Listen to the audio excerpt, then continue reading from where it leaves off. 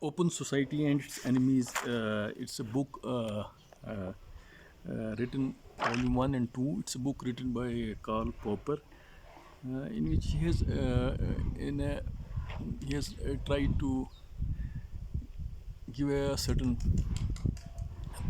perspective how he would try to how he visualizes open society as such. Now, our if we see contemporary times, the idea of liberal democracy or the idea of freedom or the idea of freedom, which is also synonymous with the idea of democracy, and how we also visualize the idea of truth, how we see truth in the vis-a-vis freedom, vis-a-vis freedom, vis-a-vis openness within the background of closed society. Closed societies, maybe totalitarian societies, authoritarian societies. So there can are arguments eitherwise by which you can be proponent or advocate of an open society or closed society. So the book Open Society and Its Enemies, Karl Popper has tried to shed light on this very aspect of he is basically converted believer. He is converted to a point of view where being open, sense of freedom, and critical thinking, and how the how he tries to see truth with the advent of scientific methodology, the curious mix of all these things, how he would rather see or how he would rather reconstruct the idea of open society, and tracing the debate right from early Greeks, from the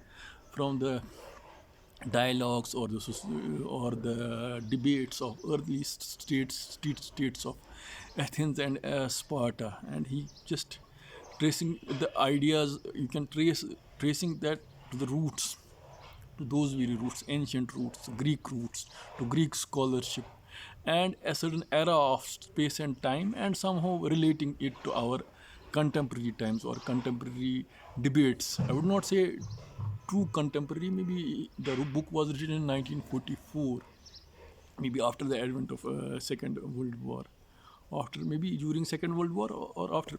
But he has made amends also. Maybe some of the views have gone refined. Maybe in his earlier stages, he admits that he might have been too critical. That criticism has become more from being more what I should say vehement to being less aggressive.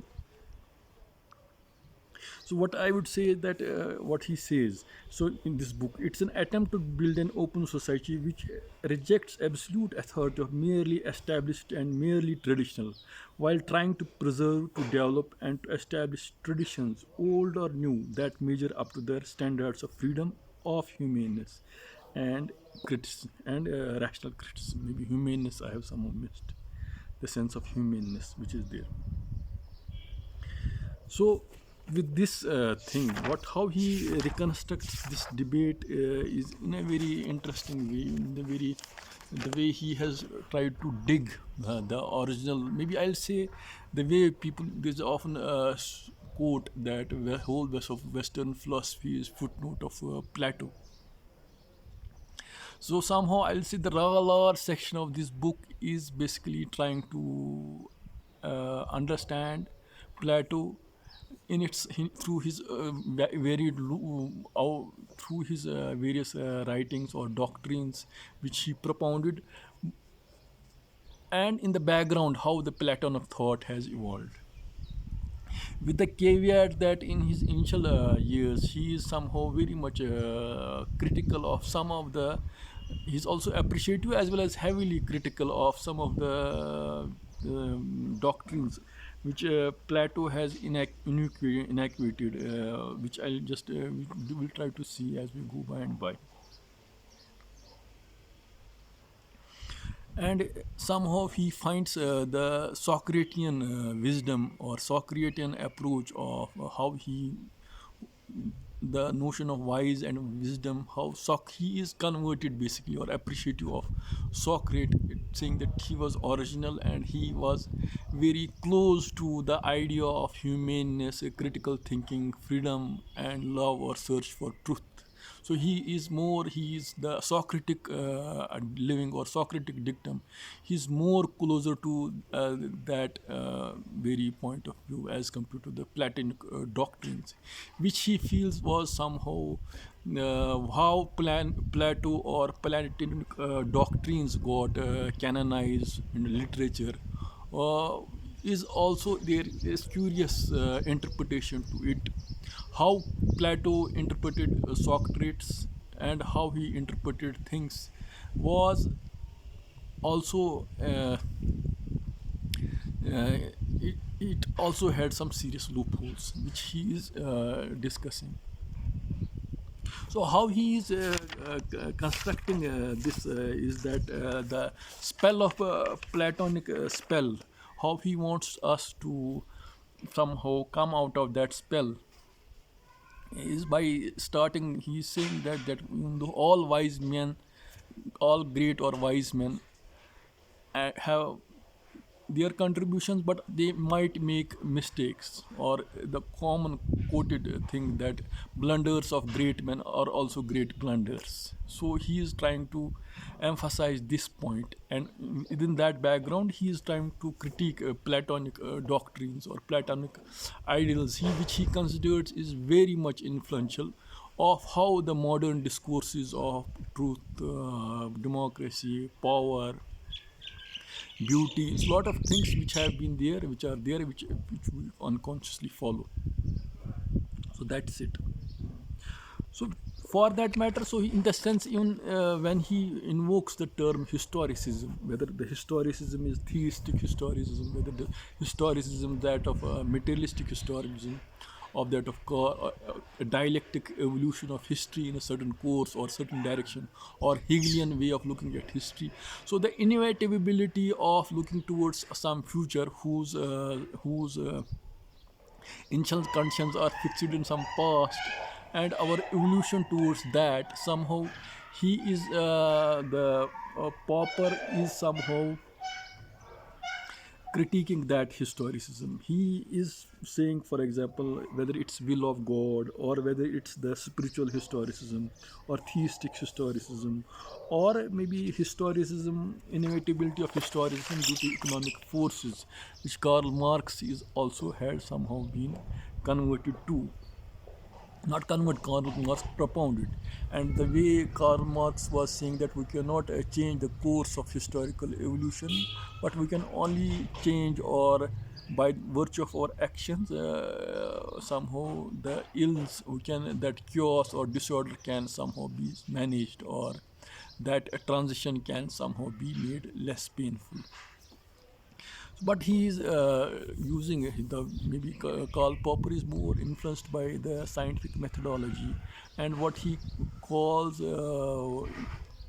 engineering. Social, he invokes a term called social engineering. Social engineering means that the forces of history, human beings, he feels that human beings, apart from the inevitability of the forces of history to regulate or to point us to the direction of history in a certain way or in a certain direction, whether for example theistic, whether economic, natural, or whether even for example the theories that there are some races, so there are born or some chosen races or chosen classes which will have to take the mantle of purifying or ruling the world at large.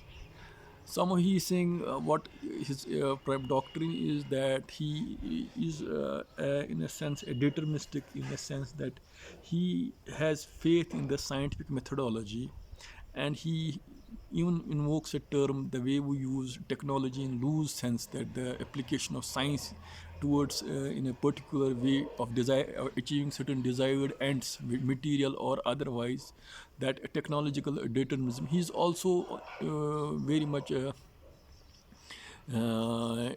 influenced. He is also very much feeling that the social engineering has to be such that that our understanding of history should be such that we should have it should be an open-ended possibility, and the choices, whether eitherwise right or wrong, good or bad, should be such that we should ourselves be able to freely choose among them, but for the betterment of human beings and society at large.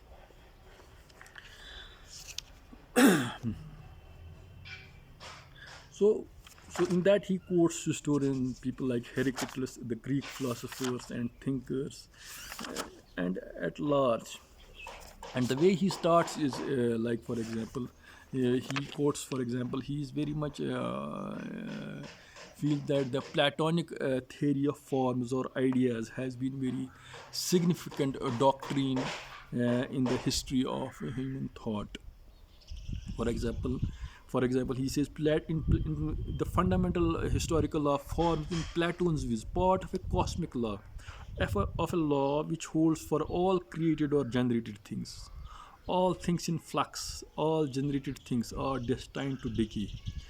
Plato, like Heraclitus, felt that forces which are at work in history are cosmic forces.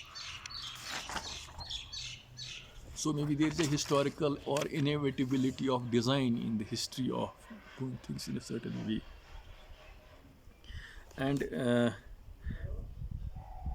and the similarities of Plato and Heraclitus, for example, is sort of maybe when you talk of states, the return of a golden age, or even in when you talk of utopia, whether Marxian utopia or a religious utopia. So he is the utopia which we want to strive at or arrive at. Inevitably, somehow he feels that he is not comfortable with this idea,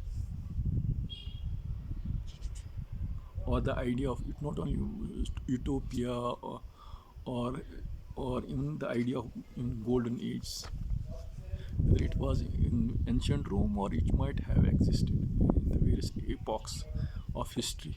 So, but the anchor of this, he is mainly interested in Western civilization and its origin in the Greco thought, the Greek thing, the early Peloponnesian wars which were existing, and the sort of ideologies and philosophies and military strategies or political doctrines which which how he invokes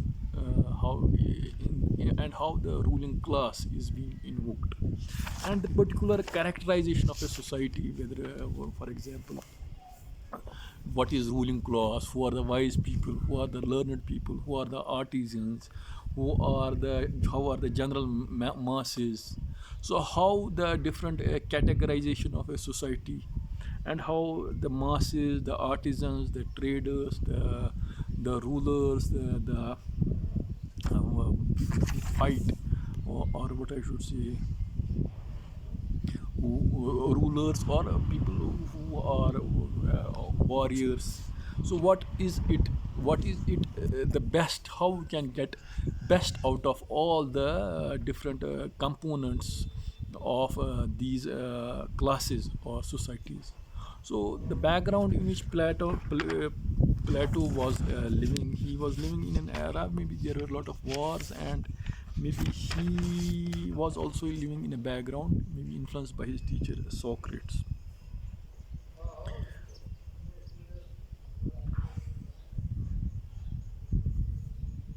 So he calls, I shall call contrast historicism as we find in Plato with a diametrically opposite approach also to be found in Plato, which we may call attitude of social engineering, which I was saying.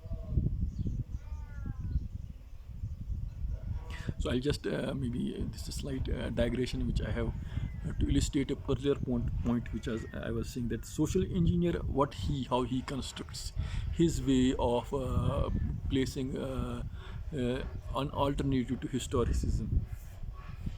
which he calls social engineering. Social engineering does not ask questions about historical tendencies or destiny of man.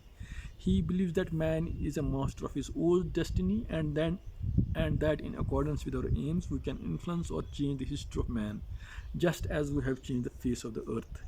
He does not believe that these ends are imposed upon us by historical background or trends of history, but rather that they are chosen or created by ourselves, just as we create new thoughts or new works of art or new houses or new machinery. So he imposes a faith in human capabilities of changing things for better. That's the point.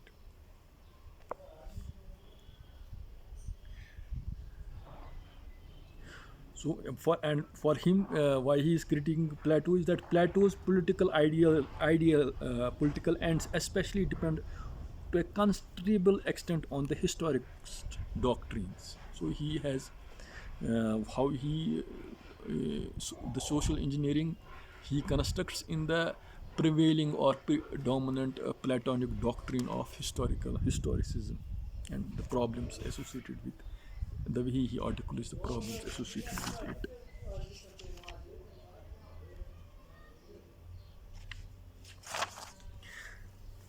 So in the so how he constructs his maybe the Platonic doctrine, if he quotes Plato on and off, but what he says that, for example, uh,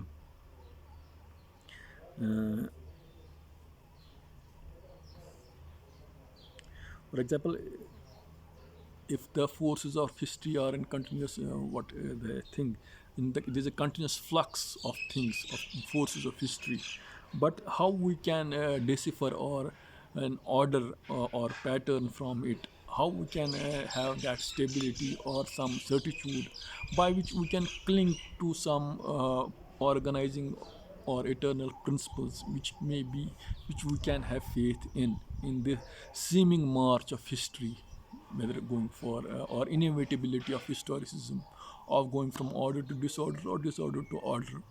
In that march, what is that which is what we should cling to? For example, he says, if all things are continuous flux, that it is impossible to say anything definite about them. We have no real knowledge of them, but at best vague and delusive opinions. The point, as we know from Plato to Aristotle, varied many followers of Heraclitus. Parmenides, one of the Plato's predecessors, who influenced him greatly, had taught that pure knowledge of reason, as opposed to delusive opinion of experience, could have as its object only a world which did not change, and that the pure knowledge of reason did in fact reveal such a world. But the unchanging and undivided reality which Parmenides thought he had discovered behind the world of perishable things was unrelated to this world in which we live and die. It was therefore incapable of explaining it. So, this is how Plato is dissatisfied with the current theories of his existing times. So, with this, Plato could not be satisfied. Much as he despised and despised this empirical world of flux, he was at bottom most deeply interested in it, trying to find that forms, what's that which will remain permanent in the wake of impermanence. He wanted to unveil the secret of its decay, of its violent change, and its unhappiness. He hoped to discover the means of its salvation. He was deeply impressed by Parmenides' doctrine of unchanging, real, solid, and perfect world behind the ghostly worlds in which he suffered. But this conception did not solve problems as long as it remained unrelated to the world of sensible things. What he was looking for was knowledge, not opinion, the pure knowledge of world that does not change. But at the same time, the knowledge could be used to investigate the changing world. So this is it. So since it's not nature's law to its nature's law to change, constancy alone is strange. But he is not he this dictum of nature's laws change, but that constancy alone is, since it's nature's law to change, constancy alone is not strange. So that constant thing in the change of flux. So he is wanting to arrive at that thing the metaphysics of that thing, what is that should remain, that we should cling to. And but as an exact science of politics seems impossible, as any exact knowledge of world in flux. There were no fixed objects in the political field. So here I would rather say that maybe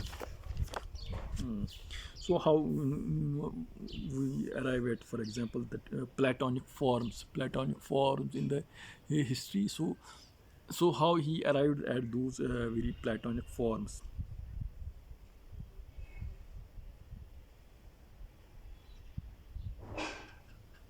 Plato retained the heretical doctrine that all sensible things are ever in the state of flux and there is no knowledge about them. But he found in Socrates' method a way out of these difficulties. A way out of these difficulties. Though there could be no definition of any sensible thing, as they were always changing, there could be definitions and true knowledge of different kinds. So, so this is how he sees the Platonic forms. So, according to our analysis,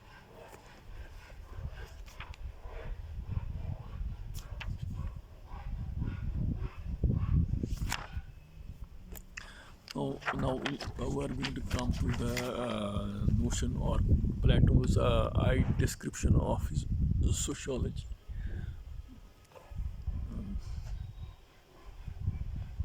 So change and rest, how he arrives at what we call Platonic laws.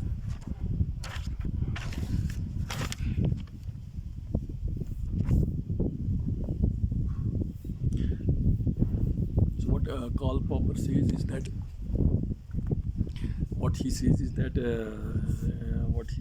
that, for example, if I believe the philosophies of Plato as well as Herrick sprang from social experience, especially from experiences of class war and from abject feeling that their social world was going to pieces, then we can understand why the theory of forms came to play such an important part in Plato's philosophy when he found that it was capable of explaining the trends towards degeneration. It lies rather in the wealth and detail of his observation and in amazing acuteness of his sociological intuition. So here comes the idea of Platonic forms and how he wanted to the idea of Platonic forms, maybe the very concrete application of the Platonic form in sociology somehow. He's not comfortable with that very idea, but the success of Karl Popper gives the Platonic form, the success which he is in the way in the he is the Platonic forms, the ideas of geometry, the looking through world through in a geometrical or mathematical way. He retraces that very success to Plato, which has been successful down centuries. Uh, and how Plato arrived at his Platonic forms was a curious Weltanschauung or curious synthesis of Socratic ideas, the ideas of number, Pythagorean doctrines, the idea of eugenics or breeding, how he wanted to arrive at a master class or master, what I should say, breed or master class, the ruling class, who were not only what in the Platonic doctrine we call of kings, philosopher kings, kings who were not only kings but they were philosophers also. And the problems of having philosopher kings, how those can be obviated. So, in the process of trying to arrive at a philosopher kings, so how should we categorize society? How should we classify things? How should we have wise or just rulers? Maybe the common consensus in the literature may speak of a Platonic way of arriving at maybe a wise philosopher who might be good to him and the society at large, within the background of his own experiences of the how the Spartan and Athenian societies, how they had evolved, and how he could see how he wanted to maneuver with the discourses. But for Popper, he somehow feels that the idea of philosopher, which is propounded by philosopher king, somehow it is in some variation to how Socrates wanted to see truth, and the who is wise person. So for Socrates, the thing that a person who is wise and who is a continuous seeker of truth, he is not interested in preserving a certain doctrine or a parable in a certain codified way, which may put him always at odds with the existing times he is as living as such. But the inherent need or inherent sensibility of Plato somehow to preserve, he somehow, I would say, to have power, somehow taking power as supreme, and the notion of wisdom and truth somehow being somehow resultant in his acquiescence of power, which later people have maybe appropriated to Platonic doctrines. But somehow Popper feels that Plato was not really sincere or in his understanding. He maybe he was not, he deliberately tried to pervert the notions in certain desired ends, where he wanted a preservation of a certain class or a certain thing in his own doctrine. And somehow he is very much appreciative of Socrates. So in that sense, how he Plato felt that ruling class, and how he curiously had the admixture of eugenics, number, mathematical numbers, and the particular sociological behavior of that ruling class, how that should be preserved in a way which will somehow lead to the formation of a state, and the description of state or the description of ideal ruler or wise person, somehow he also invokes some things like a ruler can sometimes speak certain lies. He can use methods which are not though that which are not uh, which will not not sane, but they are not, there is not a fair play, there cannot be a fair play associated with them. So the notion that the rulers can use all means fair or foul, maybe not in that Machiavellian sense, but to some lesser extent. So he is the Popperian way of looking at it is he is somehow feeling that he has done something injustice, and somehow in the process the way Socrates was somehow poised by his contemporaries Plato. So he feels that Plato having a guilty consciousness. So this is his interpretation. So that's why he made in his book Republic, he made Socrates as the main protagonist of one of the characters of the book. He is feeling that somehow Plato wanted to resolve his own somehow guilty feelings of not being of misappropriating or misrepresenting Socrates, because the people Plato was associated with. So on the one side, Socrates was also, maybe he was a Democrat, but he was both critical of Democrats of his time as well as people who had an authoritarian point of view, people, the ruling class. So that even though Plato was a disciple of Socrates, he was not totally, I would not say he was not totally converted to his. He had his own way how he reconstructed or constructed his doctrine of platonic forms and extended it to many different of branches of knowledge, particularly political science and in the words of Popper, social theory, and how he constructed that the doctrine of historicism is very much there. For example, in this way, for example, in the Republic, he says that, for example, the conservative or there are three utterly depraved or lawless forms of monarchy, aristocracy, and conservative form of democracy are lawful limitations in order of merit. But democracy changes into lawless form and deteriorates further through oligarchy, the lawless rule of the few, into lawless rule of one of the tyranny, which, just as Plato has said in the Republic, is worst of all. So Plato would decry of tyranny or tyrannical way of how the oligarchs, how the corrupt people who surround those very rulers of their times, and that oligarchy leads to corruption, and that corruption leads to tyranny, and how that will. So he's very much. So his interest was to create an order in that society, and that order can be created in a particular way. How we can educate, or how we can create a certain ruling class and preserve those behavioral attitudes, behavioral what I should say, things for posterity, which will somehow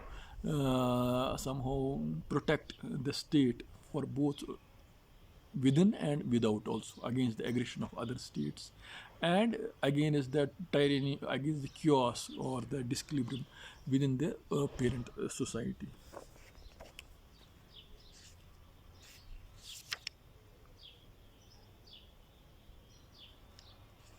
So in that thing, for example, what he says, how Plato constructs it, the problem of avoiding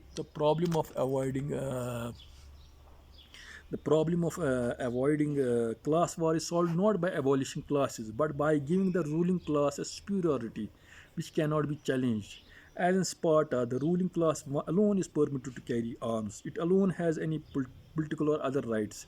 It alone receives education, that specialized training in the art of keeping down its human sheep or its human cattle. In fact, its overwhelming superiority disturbs Plato a little. He fears that its members may worry the sheep instead of merely sharing them, and act as wolves rather than dogs. So he feels that the mobocracy, which can be understood our times, the democracy can sometimes be synonymous to the mobocracy, and there can be the different forms to it, and maybe in the totalitarianism associated with Marxism, which Popper also critiques, is somehow he's tracing that to this.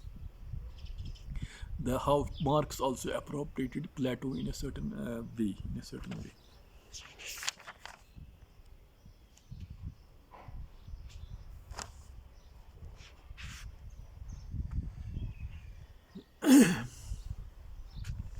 how he constructs, for example, his past.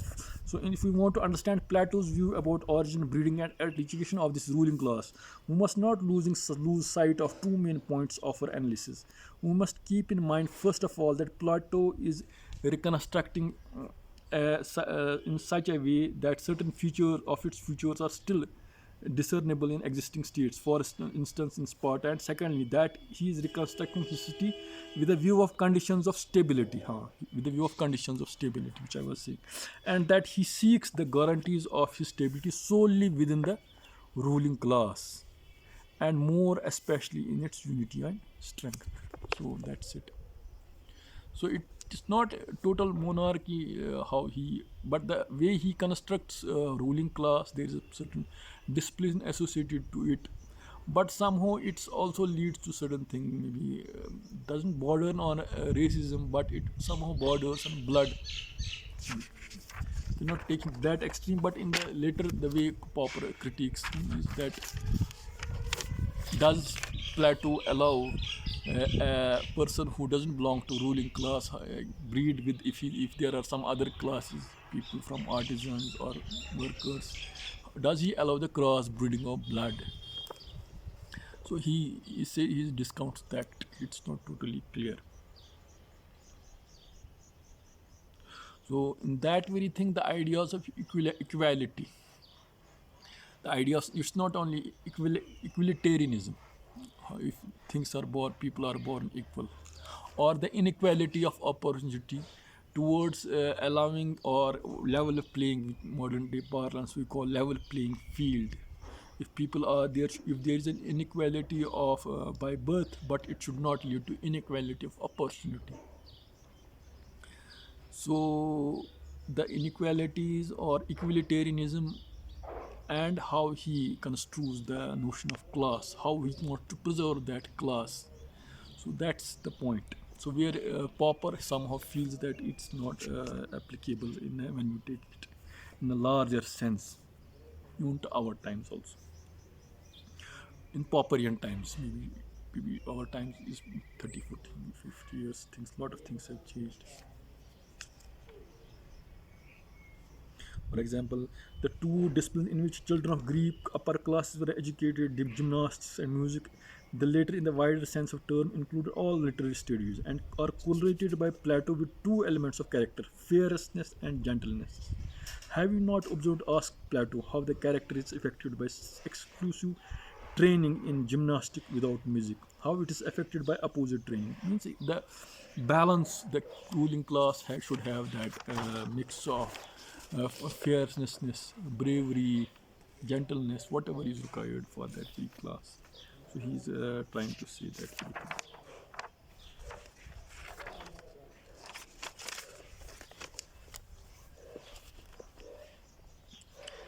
So interpreting existing societies as decadent copies of ideals, Plato furnished his side somewhat crude views of human history, at once with theoretical background and with wealth of practical application.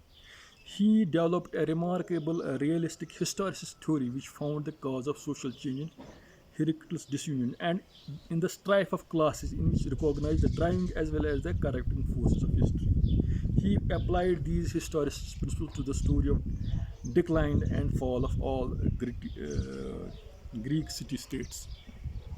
Maybe the later days historians like Gibbon, rise and fall of Roman Empire, and all the Spenglers, the decline of West, all these rise and fall theories of historicism, inevitability of moving the historical course of evolution of human societies in a certain pointers, is somehow Popper alludes it to basic that supra analysis of Plato, of how he the how for example how the decline and fall of Greek states, especially to the criticism of democracy, which he describes as effeminate and degenerate. Some of Popper is critiquing democracy in a very significant way. Not Popper, yeah, sorry, Plato.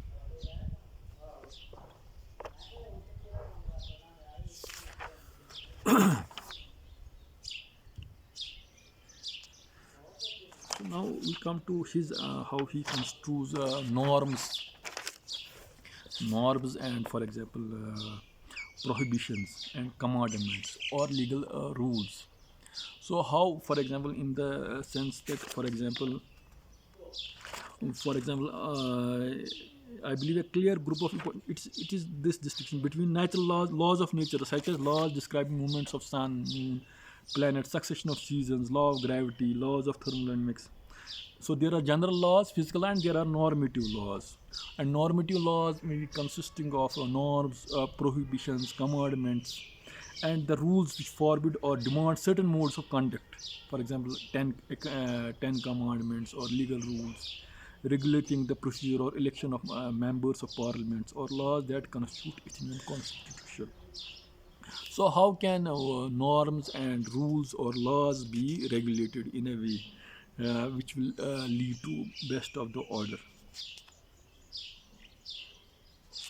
So here he has something to say. The Popper says in the light of how Plato would construe it.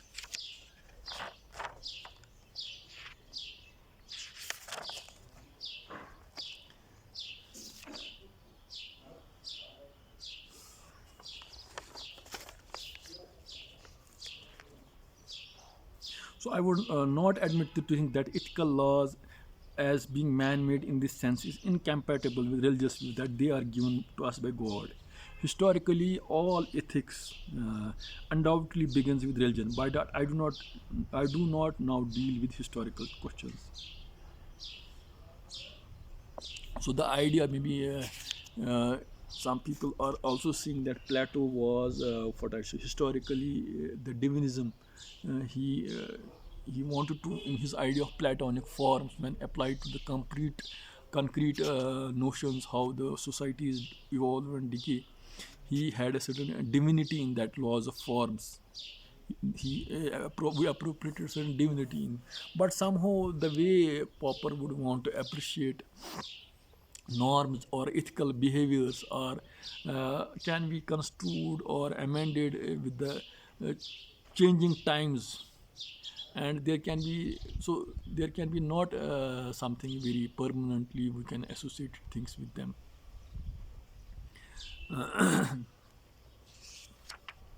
So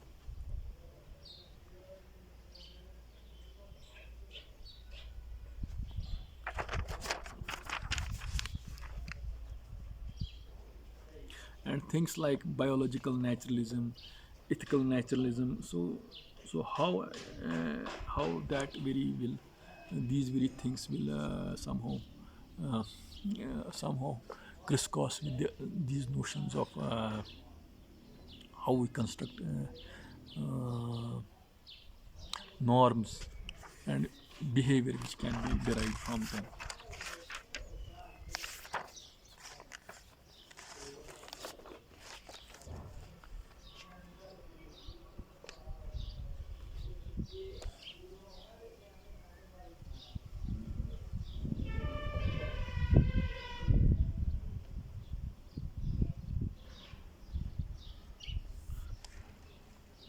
So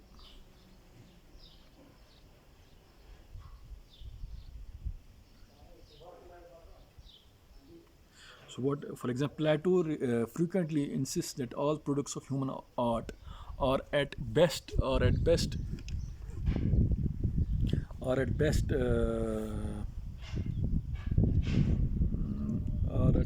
what I should say,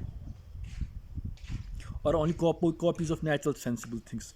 But since these in turn are copies of divine forms or ideas, the product of art are only copies of device removed from reality, and therefore less good, less real, and less true than even natural things in flux. We see from this that Plato agrees with Antiphon at a point, namely assuming that opposition between nature and conventional art corresponds to that between truth and falsehood, between reality and appearance, between primary or original, secondary or man-made things, and to that between objects of rational knowledge and those of illusive opinion.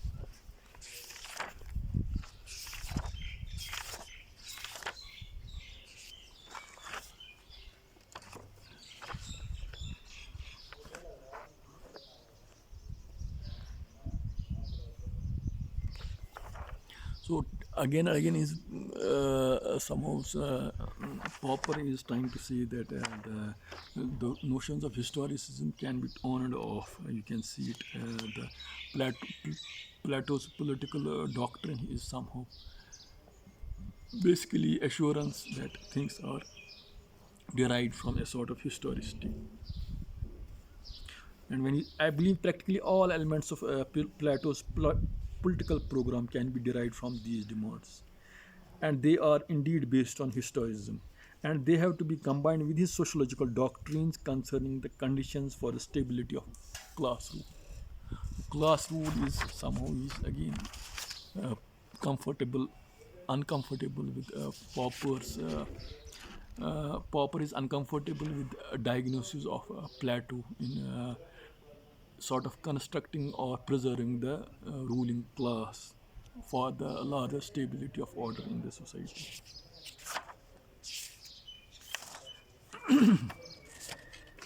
So I would say that in this book, open largely somehow he has the book in a good portion of the book is somehow Popper is trying to see illustrating uh, Plato mostly, with reference to Heraclitus, with reference to Greek thinkers, and maybe in the end with his teacher Socrates, and somehow uh, appreciative of certain aspects somehow, but being somehow the diagnosis of Plato, he is not very much recommending that, and a lot of ills which we see are unconscious belief or belief that Platonic way of Platonic antidote to the things. There is some I would say there is a theoretical problem into it. The theoretical analysis, the analysis of it is somehow faulty, and somehow even though it's an analysis, you can have it, but the sort of piety or the sort of things philosopher kings which we arrived at. So it's not the notion of wisdom or wise truth. So there is some so deep moral flaw also in the construction of those doctrines.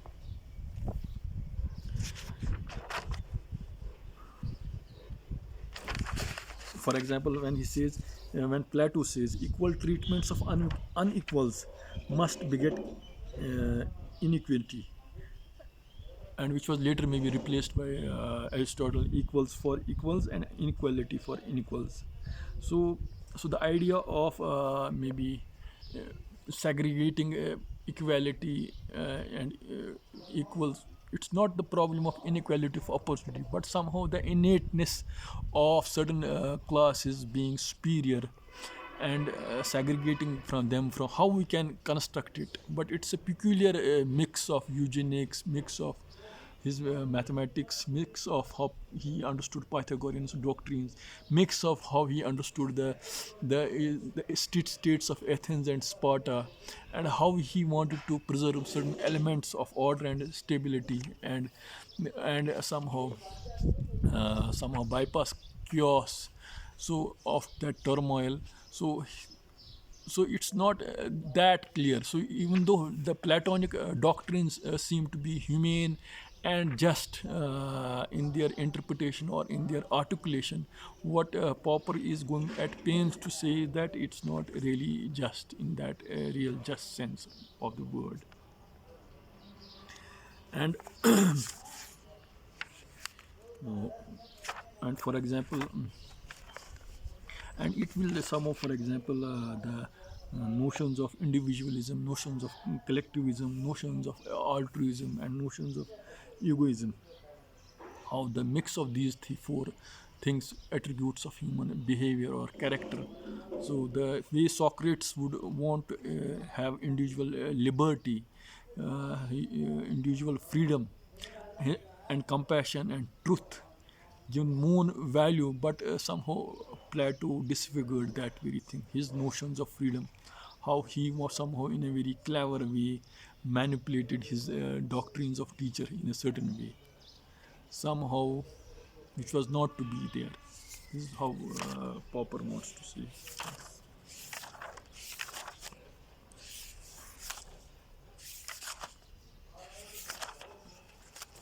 So it's a big book, so there are a lot of arguments. I'm just what I should say, seeing I'm maybe by the quirk of things, what is coming to my readings. I'm just trying to just some illustrating Popper's reading of Greek thought, and how he reconstructs it by he when he how he reconstructs the idea of social engineering, and and basically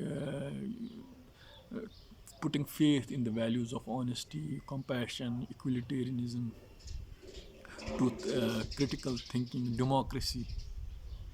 And maybe one important which I forgot is how you he feels that closed societies and open societies, the tribalism which is associated with the closed societies, and which leads to certain sometimes slavery, or it leads to certain things, and the And when open societies invade, when a society goes from transition from closed societies to open societies, the tumultuous behavior or the chaos which is associated with it, somehow Popper is in favor of open societies where information comes and goes and freely, and the role of authoritarian or totalitarian regimes in controlling information or in controlling a certain narrative for the benefit of certain ideal or ruling class. Somehow Popper is in a way very much critical or critiquing that very whole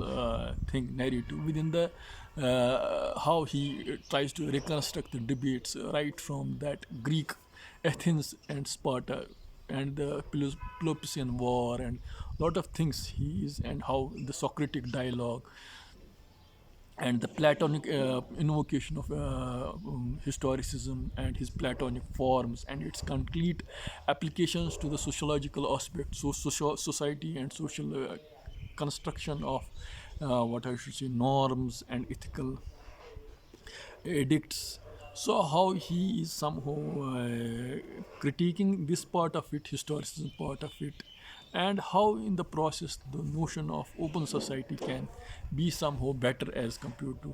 So even though he says that open societies can themselves have some problems in the process of, for example, when you are using the idea of scientific methodology of experimenting things, sometimes with the lack of total knowledge you are putting tremendous faith in our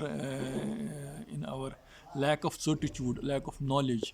It might lead to what I should say blind alleys or gray areas where you there might be periods of confusion, but that is preferable as compared to having faith in the totality or authoritarianism of a certain master class, which Plato has been somehow appreciative, or which is being later in our times also. He is also critiquing Marxism also, totalitarian totalitarian approach of, for example, uh, when proletariats of all classes unite, how the displacement of one class by other classes, which is inevitable in the process of Marxist doctrines.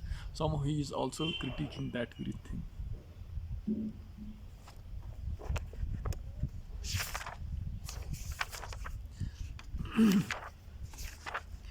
So I would rather say it's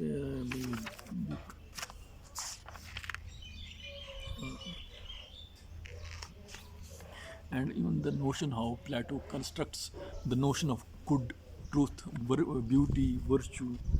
So that's it.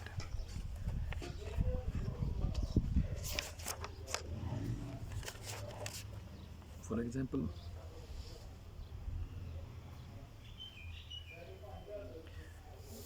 when I read the report of Plato in his famous lecture on the good, disappointed an uneducated audience by defining good as a class of a determinate, conceived as unity, then in my sympathy is with the audience. So Popper is somehow critiquing. So in a way, so if good is defined as a class of determinate conceived as a unity, so if unity and cohesion are to be taken paramount and the rest of the people are made subject to that very thing, so he is seeing feeling that his sympathies go with the silent majority which is being suppressed for the sake of that order or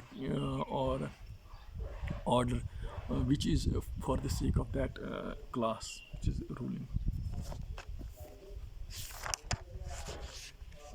And the notion of philosopher kings, he is very much saying that his how he construes philosopher kings is also not the way Socrates would think of philosophers as the pure seeker of truth.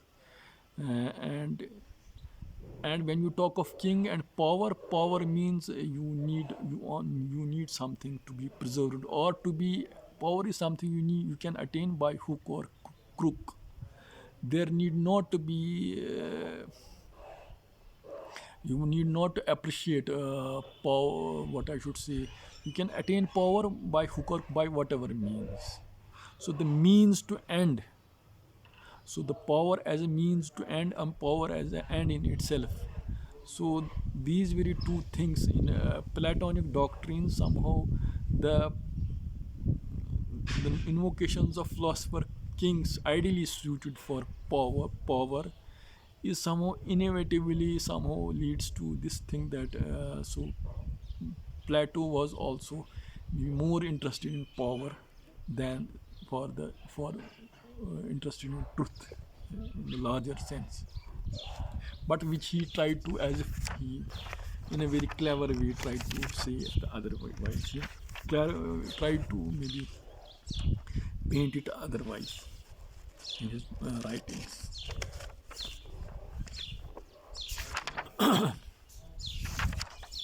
So this so there are a lot of things which I have missed, but maybe you can read the book yourself. So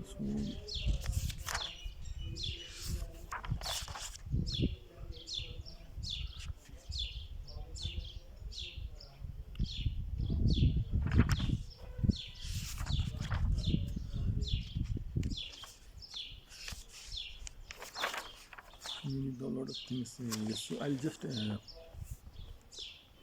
just his attribute to Socrates, Poppers. The greatest contribution to faith was made by Socrates, who died for it. Socrates was not leader of ethnic democracy like Pericles, nor or a theorist of an open society like Protagoras. He was rather critic of Athens and of her democratic institutions. In this way, he may have borne a superficial resemblance to some of the leaders of reaction against the open society. But there is need for a man who criticizes democracy and democratic institutions to their enemy, although both Democrats he criticizes and the totalitarians who hope to profit from any disunion in the democratic camp are likely to brand him.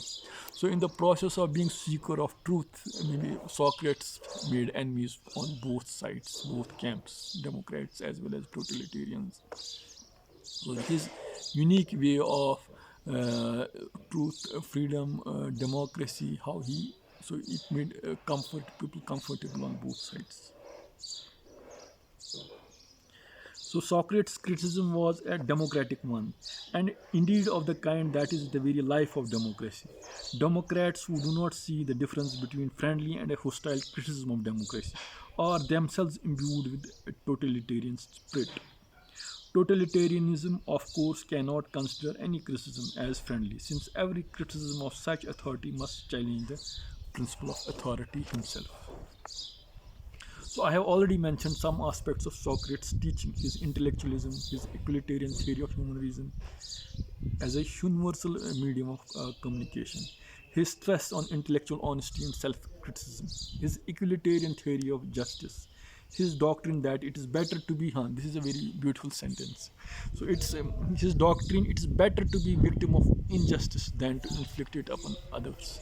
So you Socratean dichotomy is that you let if you let yourself suffer for the sake of truths. So it's so not to let others suffer. It's better to suffer yourself.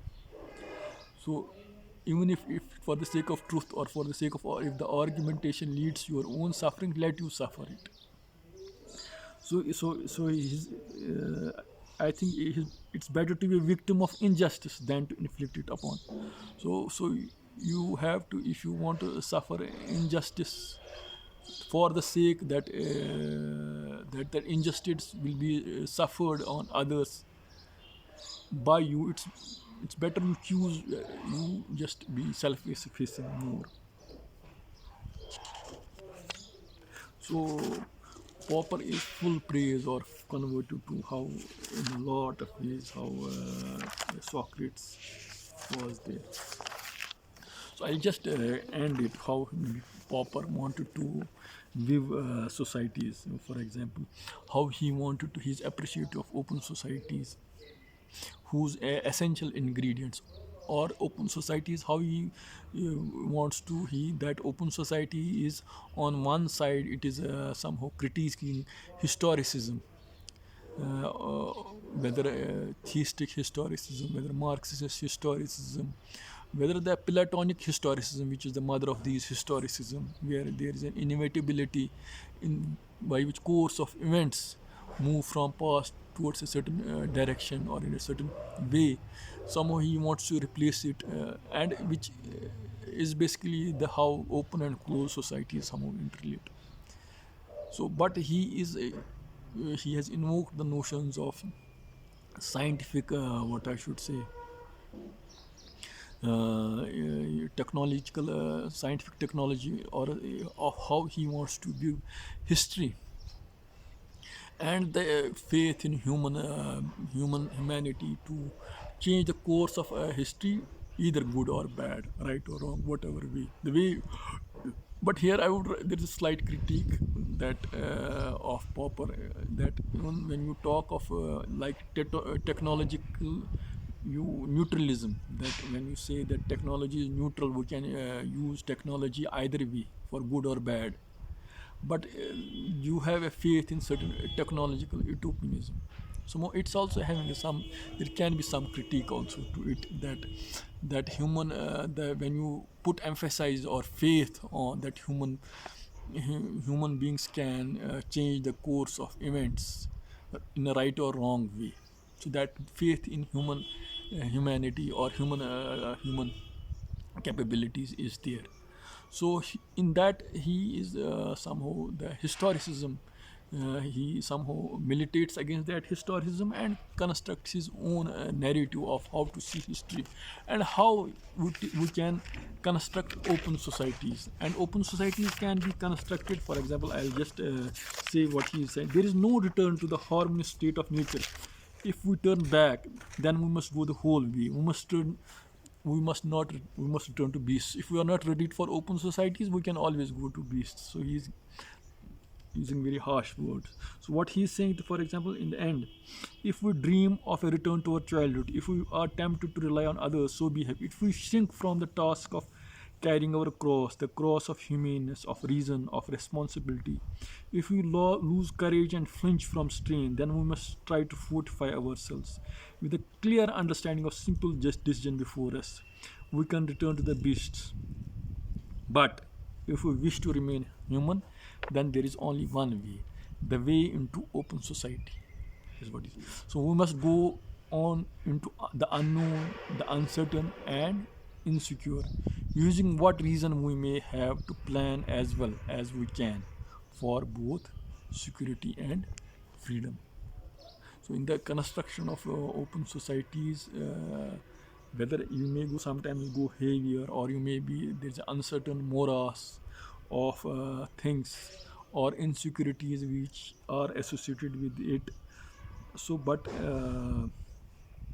for the sake of security and freedom, we have to bear that very in his words, minor discomfort, or minor what actually lack of that security in the womb, which primal people, earlier people have.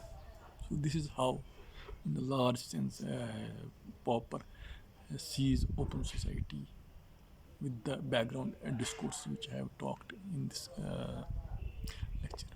Thanks.